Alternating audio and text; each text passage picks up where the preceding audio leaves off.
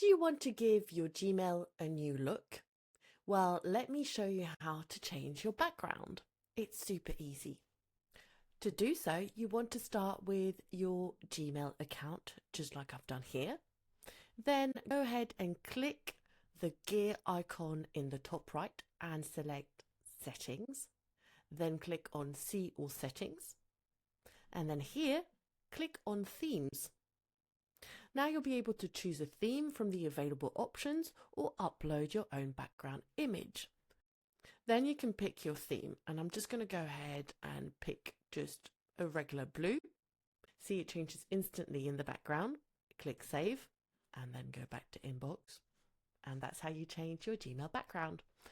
Thanks for watching, and if you found this tutorial helpful, make sure to hit subscribe for more Gmail tips and like the video. Until next time, happy emailing.